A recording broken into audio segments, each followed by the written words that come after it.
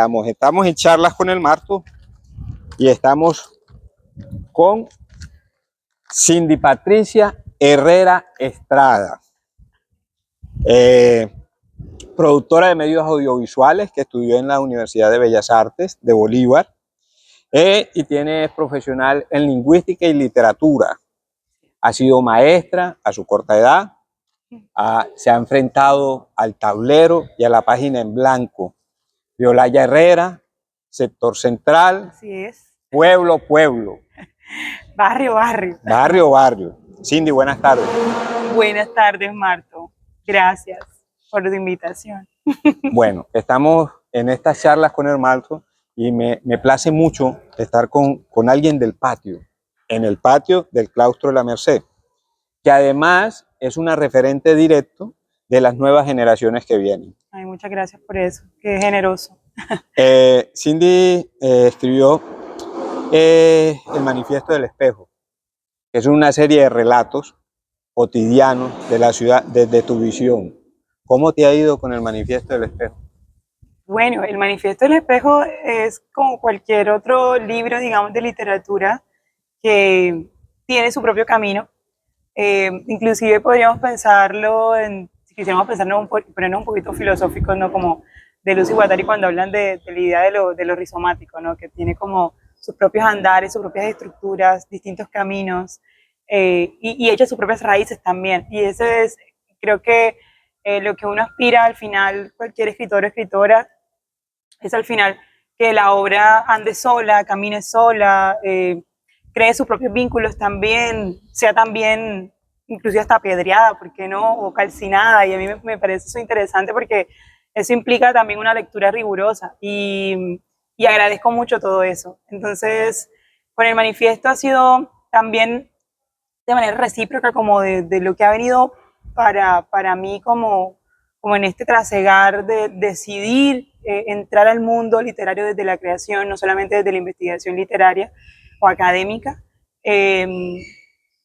abrirme a las posibilidades que da la palabra. Y la palabra es, para mí, en este caso, el oráculo más grande y más maravilloso y más certero que tiene el lector para poder guiarse. Entonces, creo que con el manifiesto ha sido también un ejercicio de reflexión, como se diría en física. De hecho, la idea de mirarse en un espejo en física es reflejo, no es solo reflejo, sino la reflexión, lo que hay de vuelta. Entonces, creo que el manifiesto ha sido también un proceso de reflexión de lo que estaba intentando buscar, de lo que he intentado buscar durante estos 9 años, desde que decidí publicar por primera vez Adela, ¿no? En 2015. Entonces, el manifiesto fue eso, como la consolidación de ese primer proceso de escritura, ese primer proyecto de escritura, como lo miro yo, sobre todo pensando en el hecho de que la creación para mí no es un lugar común de solo la inspiración o la musa o el libro que cae o lo que te encuentras por serendipia, que pasa, creo yo, como lo diría Cristina Rivera Garza, sino que también hay detrás, ¿no? un trabajo arduo de investigación, de búsqueda de obsesiones, de necesidades, o como diría yo, de necedades también, ¿no? De miradas, de mirar más allá de lo cotidiano. Claro, y de sensibilidades, ¿no? Y creo que por eso también la mayoría de los relatos que tiene el Manifiesto del Espejo tienen que ver con las formas del observar, pero también con las formas del oír y con las formas del tacto.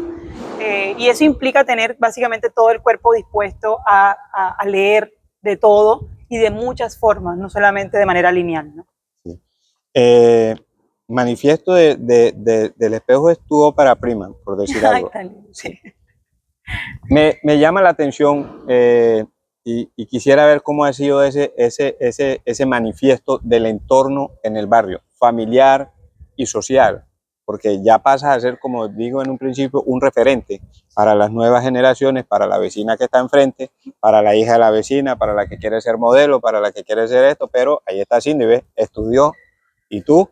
Ya, entonces, ese mensaje también de que tú sirves de espejo para otros niños, ¿cómo lo ves tú? Bueno, te cuento que inclusive creo que primero a mí me honra un montón, primero que tú de manera particular me digas que hay una idea de que yo me vuelva de alguna manera referente o una suerte de representación, digamos, de Del esfuerzo educativo. Del esfuerzo educativo de las nuevas generaciones. Para mí a mí eso me honra un montón. No, es una realidad. Y claro, llegar a casa, sentir el abrazo de mi familia, de mis amigos del barrio, de mis maestros también del barrio, mis maestros también de la universidad, de la escuela.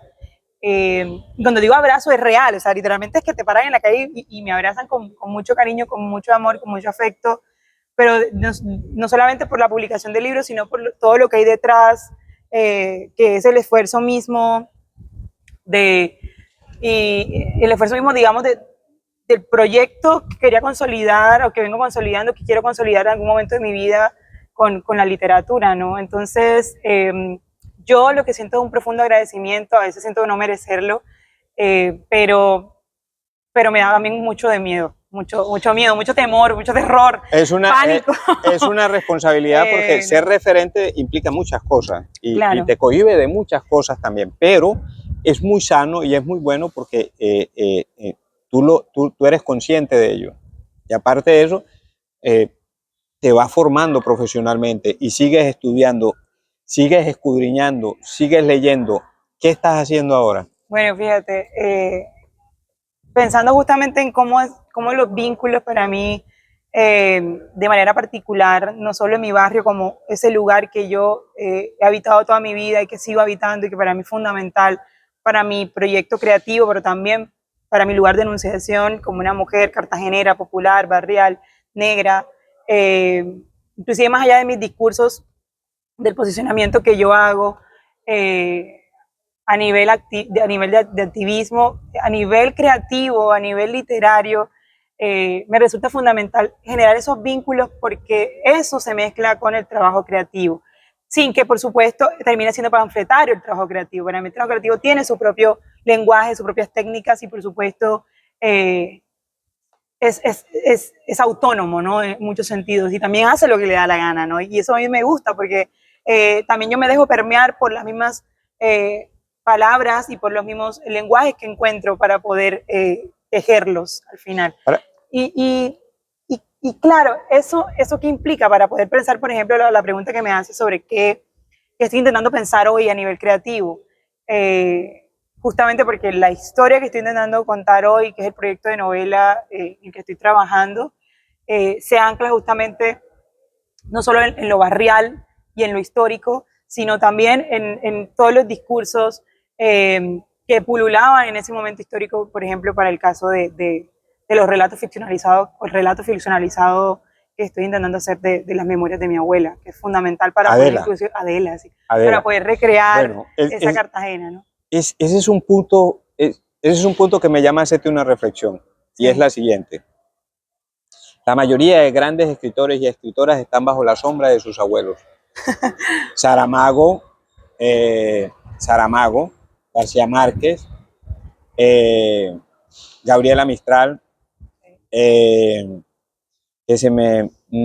Toni Morrison. Claro, la misma Toni Morrison. Toni Morrison. Eso tiene Marisé Condé. Marie Condé. Entonces, todo eso implica ese cariño, Adela, para que lo sepan, vayan acostumbrándose que en la obra de Cindy, Patricia, Herrera Estrada, Adela va a ser el punto central para muchas cosas. ¿Cómo es Adela? Adela, para mí, es el pilar fundamental de mi inicio con la escritura. Entonces, no solamente lo veo como la raíz que sostiene un gran árbol, sino, o en este caso, una ceiba enorme. Una ceiba, ¿no? La ceiba que cobija a la familia. La familia, ¿no? Y donde hacían los rituales brujísticos también y de gran trabajo ritualístico, sino ella implica todo un álbum de acciones, como decía también Roberto Burgos Cantor, ¿no? En la Ceiba de la Memoria.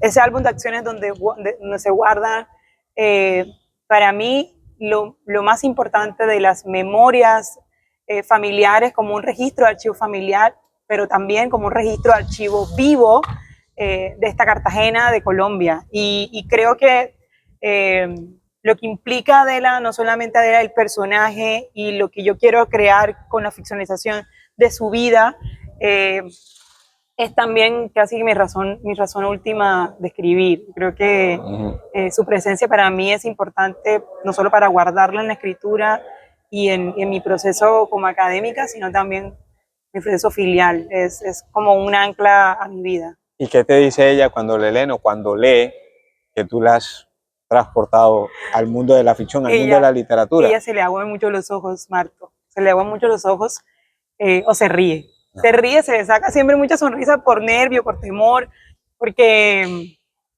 claro, yo nunca pensó que algo así se pudiera poner en palabras escritas. Pero lo curioso es que ella, y un poco lo dice también el relato de Adela, el primer relato, como te lo conté, es un poco también pensar que esa era un poco la mujer que ella añoraba, ¿no? Esa mujer de letras, esa mujer que quería ser educadora, esa mujer que quería ser bailarina, esa mujer que quién sabe si hubiese estudiado más hubiese sido presidenta, en palabras textuales, ¿no? Entonces ella creo que esas libertades que se brindó en su posibilidad como mujer negra en los Montes de María, hasta donde, digamos, la vida le permitió, creo que, digamos, también lo he un poco materializado en los relatos. Bueno, estando con una cartagenera o la yera, le tengo que preguntar porque eso viene con la piel. Normalmente cuando estás en el exterior o cuando estás escribiendo, ¿qué música escuchas? Bueno, mira, yo soy fanática de la champeta, o sea, de verdad soy champetuda, pero por una cuestión que mi tío, fui criada con un pico bajo el brazo, creo que todos mis primos también, así fue. También con salsa, con mucha salsa, con mucho vallenato, y mucho sucus africano, champeta criolla, o lo que llamamos aquí, digamos, la terapia también. Entonces, todo eso, el son cubano, entonces, claro, el estar, mi papá era marinero, entonces, claro, todo llegaba, mi tío coleccionaba los LP, yo tuve una casa donde además se veían, tapábamos los huecos de la casa con los LP, entonces, claro, cuando yo me dormía en las noches, yo miraba hacia arriba y decía, ay, el carangón por Puerto Rico, estaba, se dormía conmigo, ¿no? Ahí me miraba desde el techo. Entonces, Pollito Sabater y todo. sí, entonces, claro, para mí estar por fuera y una de las formas de poder regresar siempre a Cartagena, desde cualquier lugar donde yo estoy, sea por corto o largo tiempo, es siempre desde lo sonoro. Y la sonoridad que tiene estas ciudades implica también pensarse como una banda sonora. Entonces creo que cargo de alguna manera la banda sonora de una ciudad muy polifónica para nuestra virtud, yo creo, y para nuestro goce. No, y es un goce también pleno, consciente, que se traslada al cuerpo y viceversa, ¿no? Entonces, y que dialoga permanentemente. Y para mí, estar allá es mi reconciliación constante, plena y abrazadora con Cartagena, todo el tiempo. Bueno, barrial, por supuesto. Cuando escribes, ¿escuchas antes o después o en el proceso de escritura no? Porque tú hiciste un máster de escritura creativa, sí, que claro. Eso también hay que ponerlo en su contexto. A ti la musa no te llegó y se posó sobre ti como cierto presidente que el pajarito se le posaba encima, no. Es el esfuerzo, lo que implica esta charla con el Marto, que Cindy me hace el honor de estar con ella hoy aquí. Es esto, joven, cartagenera, cartagenera, olayera, estudiante. Nieta de Adela. Nieta de Adela. Adela es una marca. Es una marca no solo familiar, sino que es una marca literaria. En el proceso de escritura creativa, cuando tú inicias todo ese proceso de escritura creativa, ¿en algún momento te ha dado rabia que tú te vengan a corregir y te digan, esto no va?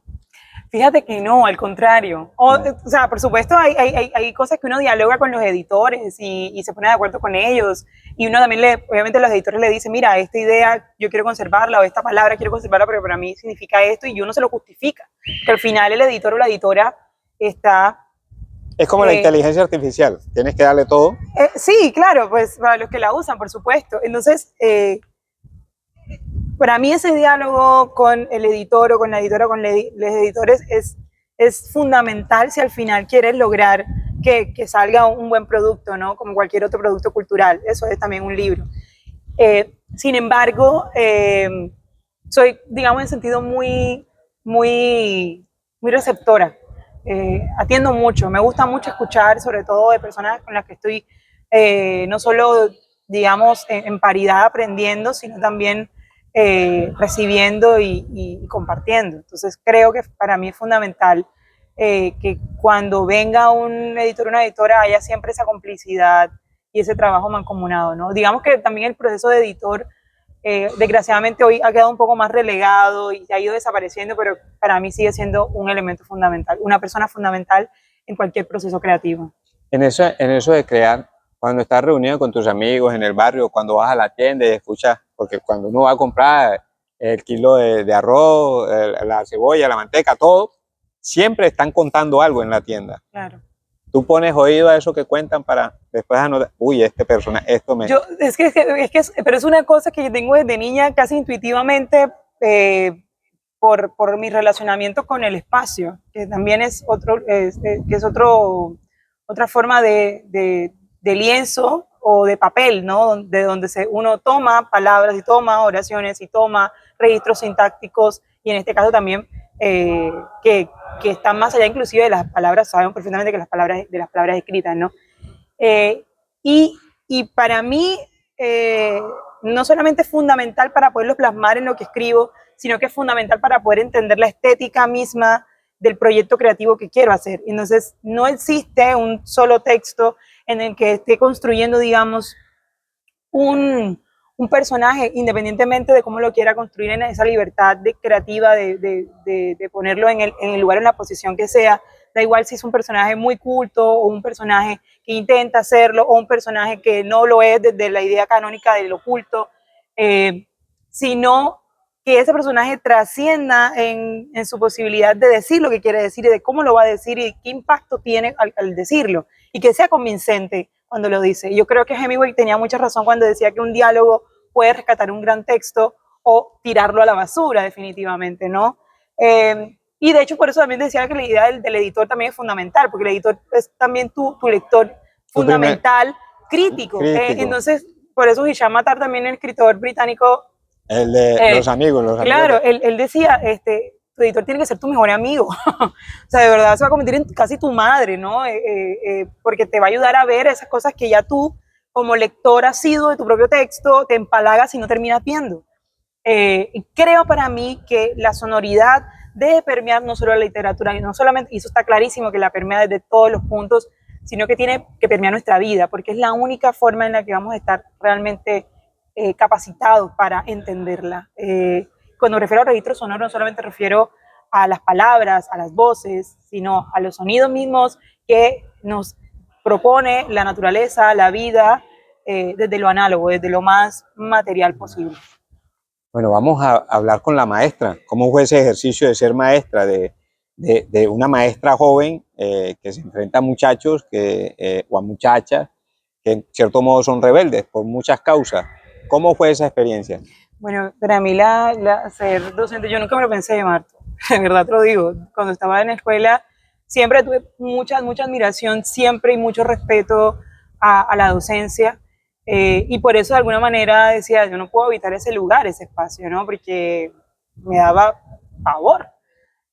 Porque sabía de compañeros que repelaban a la figura del docente, pero también vi muchos admirando siempre y viendo con mucho respeto a esa persona que de alguna manera está básicamente transformando, moldeando tu pensamiento. Y eso es una responsabilidad enorme. Entonces, digamos, eso a mí me da un poco de pavor. Pero ¿qué pasó? Que, digamos, en el trasegar del conocimiento, de adquirir esos elementos, yo decía, pues yo creo que a mí me parece hermoso poder resarcir y dar y otorgar un poco de eso que uno ha aprendido a los demás, ¿no? Desde cualquier lugar. Pero a mí se me dio la oportunidad desde la Universidad de Cartagena, este gran recinto que amo mucho y que considero mi casa, con un proyecto que hizo la universidad para dar en escuelas públicas. Y estaba yo todavía muy joven, yo podía tener 22 años, creo. Patitos. Y claro, cuando fuimos y llegamos a las escuelas públicas, estar en las escuelas públicas es toparse de frente nuevamente con la propia realidad de la que uno viene, y es entender que uno pertenece allí, que tus palabras y que tus acciones pertenecen allí. Y esa reflexión me dio para poder ponerme en el lugar de ellos, ya ocupando ya no el pupitre de ese lugar, sino desde el otro, ¿no? Y poder hablar a la par, pero también entendiendo que existen condiciones que son necesarias para que exista lo que queremos que exista en una escuela, y que el estudiante aprenda, que el estudiante esté dispuesto a recibir lo que vas a llevarle. Y eso implica todas unas dinámicas sociales que están por fuera, que permean la familia, que permean el barrio, y que, bueno, en una ciudad como Cartagena tan complicada, como lo he conversado alguna vez, ¿no? Con tantas desigualdades y tantas disparidades, pues muchos chicos no van a querer, cuando llega, bueno, ¿y está qué? ¿No? Tengo hambre, tengo sueño, no dormí anoche, mi padre no estaba, o sea, mil cosas y dinámicas que lo pueden contar muchísimo mejor docentes que trabajan en el sur de Bolívar o que están en el Pozón, ¿no? Que se enfrentan cada día con la ruralidad, con ese marco social que no aparece en las planillas. Que no aparece en las planillas, ¿no? Porque entonces, las planillas son muy bonitas.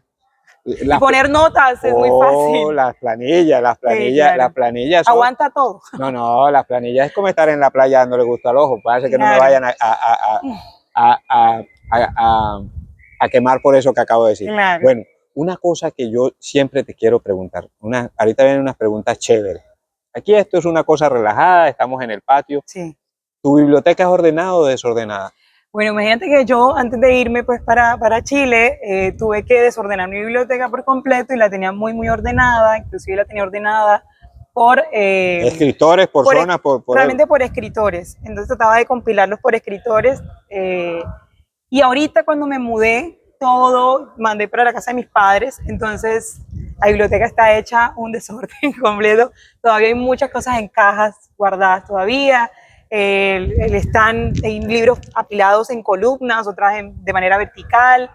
Entonces no hay orden alguno ahorita con nada, ninguna. En algún momento vas a saber que vas a tener que tener tu casa en Cartagena, donde está tu biblioteca, tu refugio, tu cueva. Ahí sí. Sí, eso los escritores lo tienen. O sea, todos los escritores que yo conozco, Almudena, que va descanse, Pérez Reverte, Padura, Juan Gabriel, todos tienen su casa central. Así viajen de los 12 meses al año, 11, donde está su biblioteca es su casa central. Claro, ahorita en Chile, la pequeña biblioteca que estoy armando allá, sí la tengo organizada por fecha de compra. Entonces, marco la fecha de compra y ahí voy apilando libro. Vaya pensando cuando se la vaya a traer cómo es el cuento. Sí. El bolsillo suena ahí. Mira, el año pasado... Me imagino que, bueno, estás en Chile haciendo un doctorado en literatura. Doctorado en literatura. Doctora. Ay, no. Mi doctora.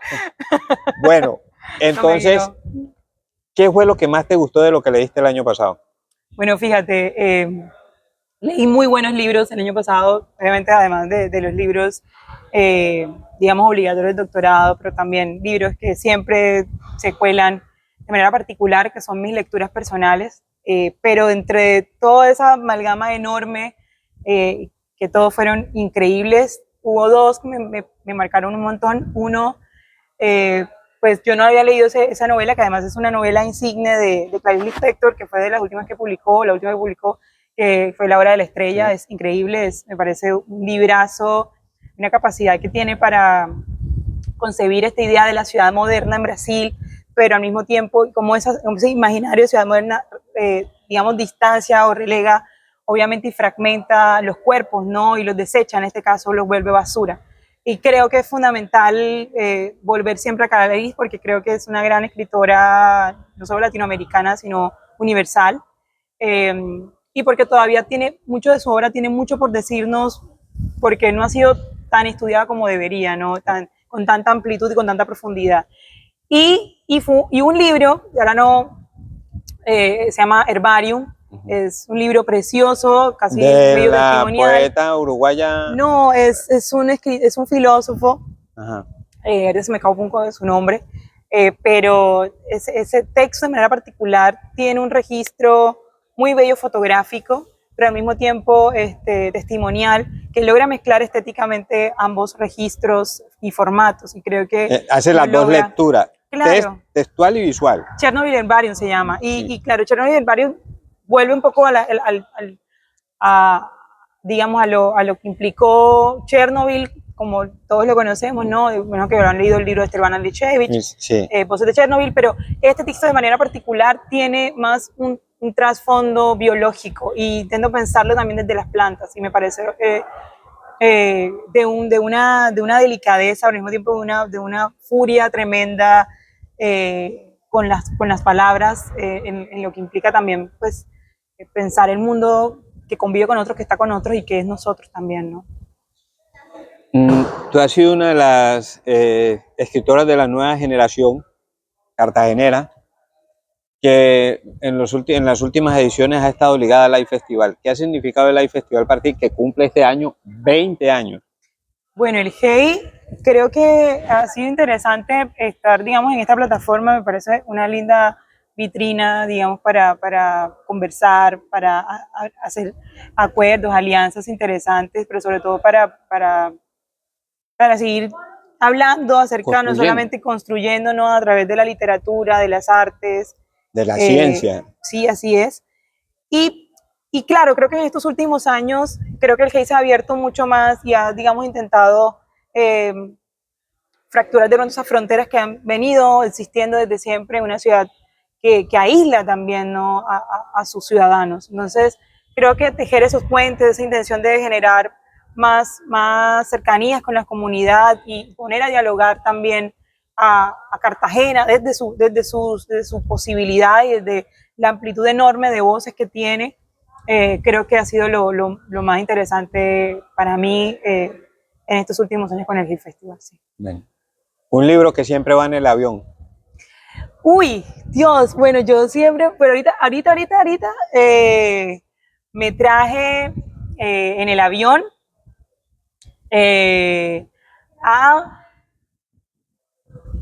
a Philippe Claudel. Es un libro que se llama sobre algunos enamorados de los libros. Es un libro muy bonito, que además fue un gran regalo que me hizo una amiga. Gran amiga y colega y ilustradora enorme, que te quiero mucho, Andrea Gaitán, y fue la ilustradora justamente del Manifiesto del Espejo. Okay.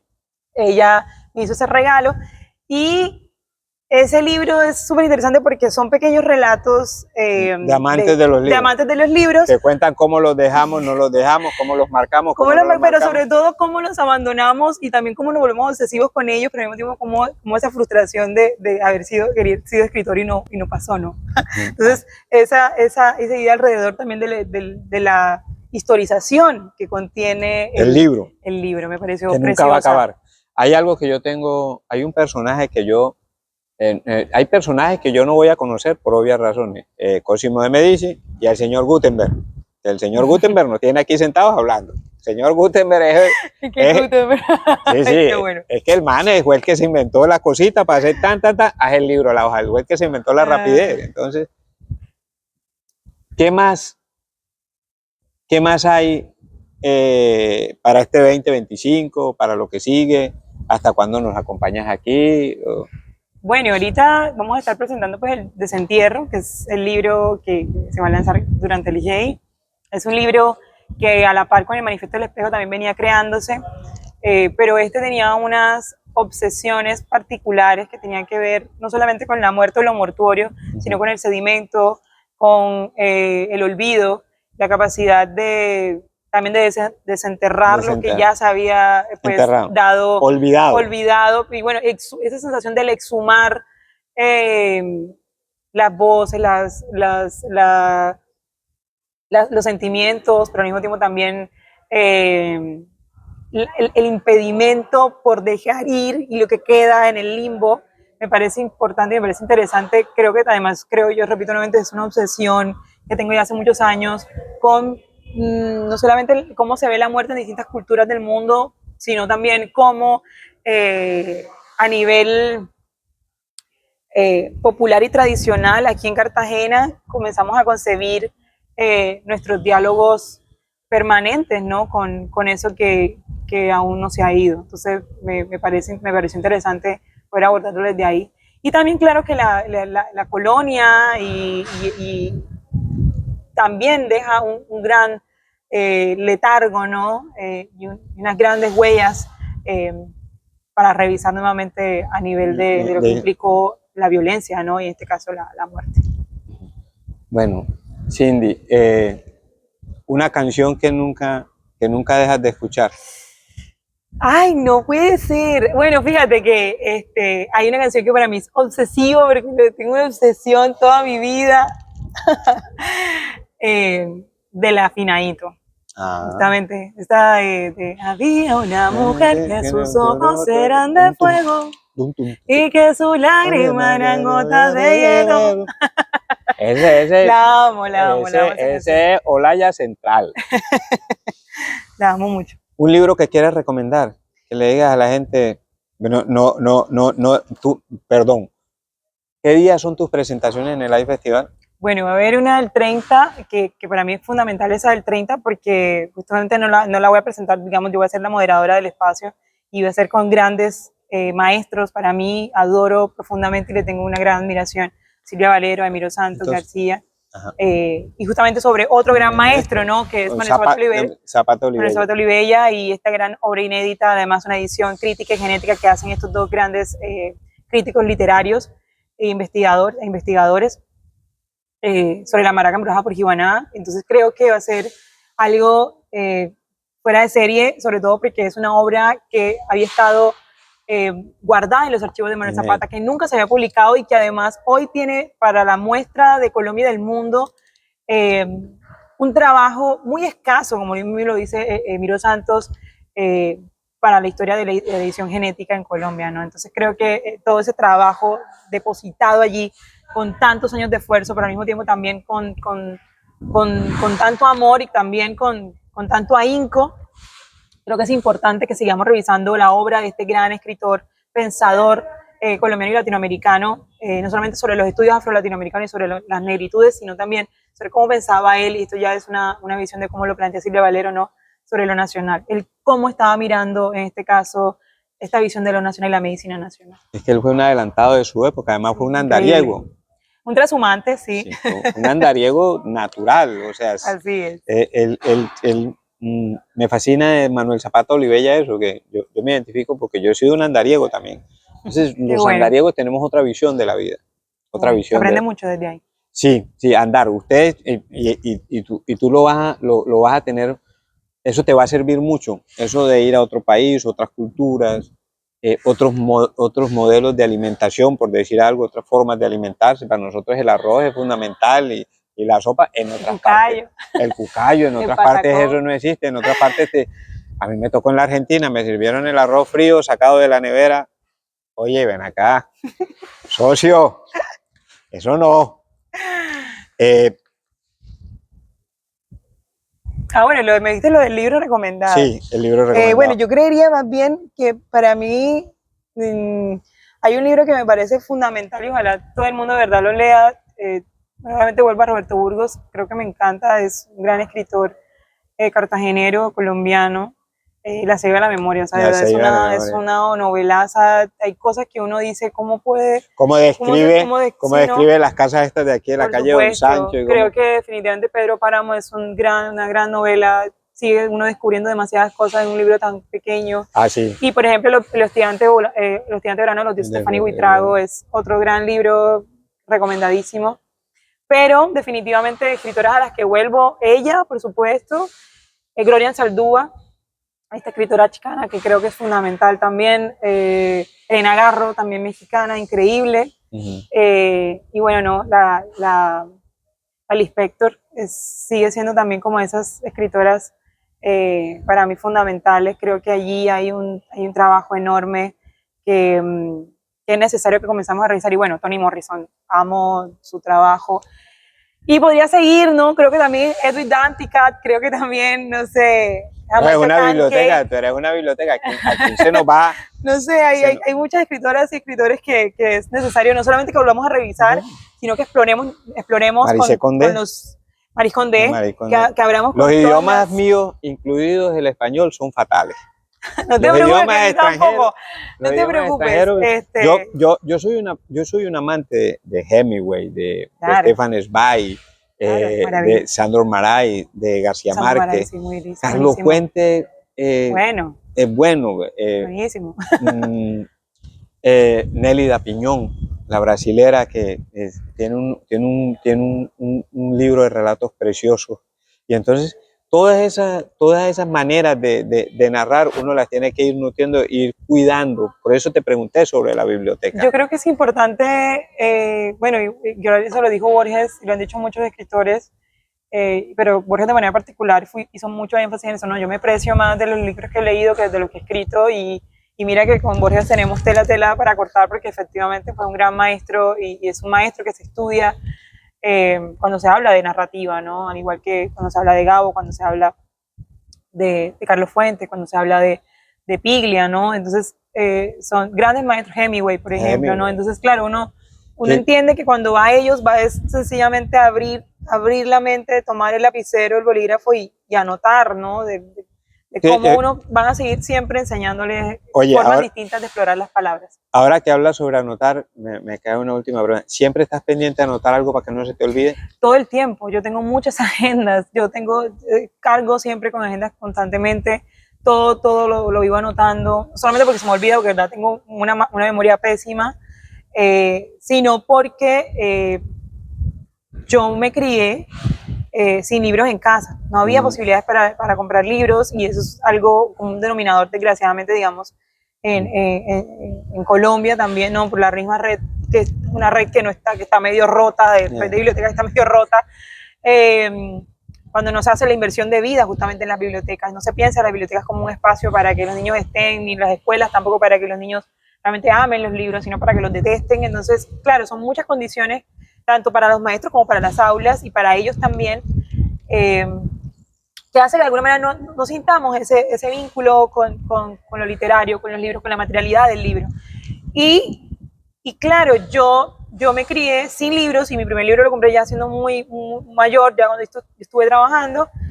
El resto del libro me lo estaba robando yo de la biblioteca de la escuela, que se lo estaban comiendo los comegenes, cosa que yo digo que no lo hagan, por supuesto. Pero para que se lo come el comején, me lo llevo para mi casa, es una lógica. Entonces, claro, yo en mi casa, pues lo que hacía era con los fascículos que mi papá me llevaba en las enciclopedias y de cuentos de literatura colombiana, que mi papá me coleccionaba, de periódicos que botaban. Yo con eso, pues, rayaba los fascículos, y luego a papel escribía las historias que a mí se me ocurrían, y todo eran blogs de papel llenos de historias, inclusive a veces sin acabar, y eran historias larguísimas.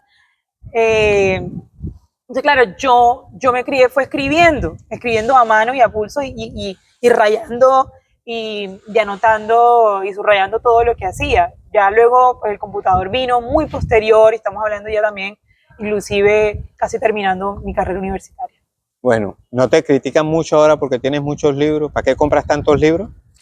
Bueno, mi familia, el contrario, o sea, ellos nunca me han hecho ningún comentario respecto a eso, al contrario, yo vengo de una familia de maestras, entonces mis tías, al contrario, préstame, o ellas me compran también, entonces bueno. Mi hermano anualmente me da mi dotación de libros, entonces yo, digamos que he sentido mucho apoyo en ese sentido a nivel familiar. Tuve una tía que es una gran lectora, pero de esas lectoras de playa, o sea, que ella compraba libros, iba a la playa solo a leer, ella nunca se metía al mar, jamás y nunca. Y tengo una prima también que hacía exactamente lo mismo, pero en el baño, entonces... ahí tienes dos personajes. Sí, claro, dos personajes que de la lectura impresionante, bueno, una gran lectora de Stendhal, por ejemplo. Bueno, entonces, con ella sí tenía esas conversaciones interesantes y muy poderosas.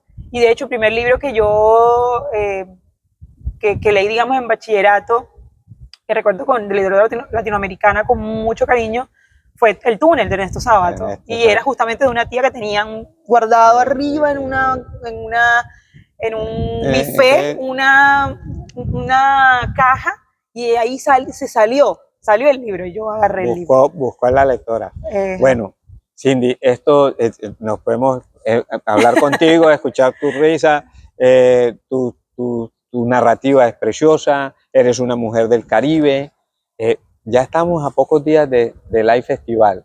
Te agradezco mucho que me hayas aceptado esta charla con el Marto, aquí en este patio maravilloso, que es mi oficina. Entonces, nadie lo sabe, pero esta es mi oficina. Ay, bueno, también yo te quiero tener una oficina así. Entonces, aquí estamos. Este episodio saldrá el día domingo. El día domingo lo vamos a... Domingo 26. Sí. Domingo 26. Bueno. Gracias, Cindy. Te deseo muchos éxitos literarios. Hay que leer a Cindy, hay que leer a estas nuevas generaciones, a estas referentes para las nuevas generaciones. Hay que darle tiempo a la lectura. La lectura es como la mamá de uno. Siempre está ahí, siempre te va a nutrir. La mamá siempre te da dolor de cabeza, te da la pastilla necesaria para que tú... Cuando uno sale de su casa, sabe lo importante del calentador, ¿sí o no? Ah, bueno, mira cómo se ría. Ah, tú sabes lo sabroso que es ese calentadito de pegadito en la tarde con lentejas y un huevito para estar arriba. Ay, pero cuando uno lo tiene en la casa, ¡otra vez! Y cuando estás yo feliz comiendo todo el día eso. Y cuando estás por fuera es que lo añoras. Bueno, esta es Charlas con el Marto, una cuestión descomplicada, que lo que pretendemos es traer personajes de aquí, del patio, de Cartagena y del mundo de la literatura, para tener un diálogo chévere y que le pueda llegar a los 1000 y pico de suscriptores de nuestro canal de YouTube. Ay, a ti te agradezco mucho, Marto, de verdad, gracias por la invitación. Me encanta hablar contigo, siento que es como disfrutarme en el patio de mi casa, echándome fresco, jondeándome en la mecedora con mi abuela, entonces... Jondeándose. Entonces ya saben cómo es la situación, Quique. Ya saben cómo es. No se les olvide, en el leer está el placer y a veces el saber. Cindy Patricia Herrera Estrada estudió artes visuales en la Universidad de Bellas Artes y es va a ser un doctorado en literatura y tiene... es profesional de lingüística y literatura. No diga más, no se te olvide, en el leer está el placer. La nieta de Adela. La nieta de Adela, la nieta de Adela, no, eso no puede fallar. Te voy a mandar una camiseta que diga, soy la nieta de Adela. ¡Ay, sí! Le voy a decir a Azuko que me la haga. Ya sabes. Chao, pescado.